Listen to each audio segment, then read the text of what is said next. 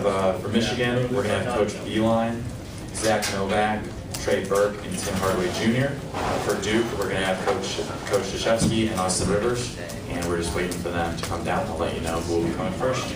Between these two teams, we have 6 Maui titles. Duke has 4, and Michigan has 2, and I believe Duke is coming in with Austin Rivers and Coach Krzyzewski. Austin Rivers had 20 points and 4 rebounds in the 82-75 win over Duke in the semis. Yeah, it's a great game. I mean, they're an outstanding basketball team and very difficult to defend.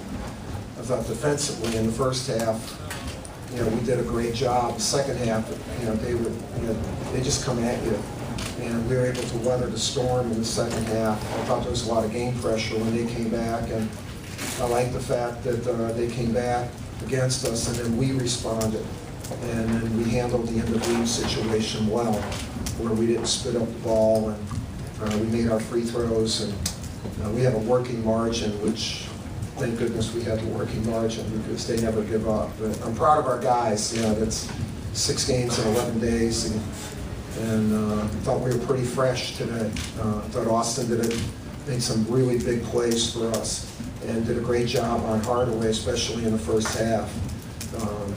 But again, we played a little bit better than they did. We played really well, and they played well. We just played a little bit better. Ben, this is Michigan Daily. This is for Austin. Can you just talk about how you and Seth, combined for 40 points? Are you sort of just able to say 1 step ahead of Michigan's backcourt with Burke and Hardaway? Well, basically, we were just trying to be aggressive.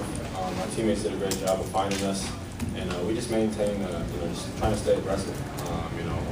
Kept pushing it, kept trying to get rebounds, and from there, we're just trying to push and run our offense. And me and Seth are starting to get a really good relationship with each other on and off the court, which is helping us and helping us trust each other on the court. Ryan Windhurst, ESPN.com. Mike, could you talk about what Austin just mentioned there about how Seth and he seem to have a working relationship and they complement each other out there? Again, they just need time together. Practice only does so much. You don't develop a really good relationship on the court until you're in real good competition. So that's why one of the reasons we went to China and Dubai to give these guys a chance to get to know each other, and then it's why we've scheduled such a difficult schedule.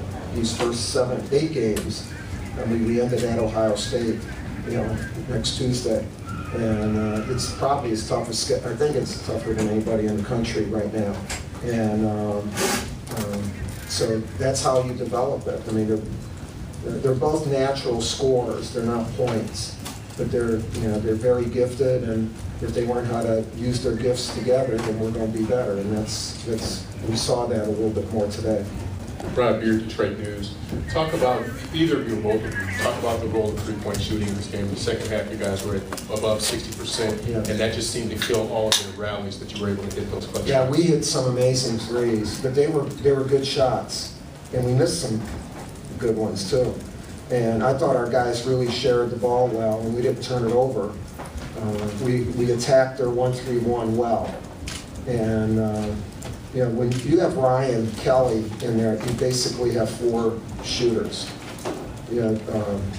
That's a weapon for us. When I think it's difficult for somebody to play zone against us because the 3 guys that we start on the perimeter can all shoot, and then Ryan can really shoot, and Mason's such a good passer. So offensively, we can be very good. We have to be better defensively, and today we were better defensively. Daniel Wells from the Michigan Daily. Coach, can you talk about what the key was to the 9-0 start? Well, we hit shots and they didn't hit shots, and I thought the way we defended probably was a little bit different than they would have expected. Not that it was a huge surprise, but we've been more in passing lanes and stuff like that, and what we tried to do is not spread ourselves out, and once they got the ball to a wing, we wanted to down it and keep the ball to his side as much as possible. And they reacted well after a while with Burke's ball screen. We didn't defend that. And I mean, John had counters, but to start off with, I mean, it's something they haven't seen yet. Brian McInnes, Honolulu Star Advertiser. Coach, what's it like to coach the sons of NBA veterans? Good, because they're good. They're, you know, you always love coaching good players, and especially, you know, sons of guys who've played in the pros should have a greater love for the game because they've grown up in the game. I mean, he's grown up in the game, you know, so he loves the game. I don't have to teach them how to love the game.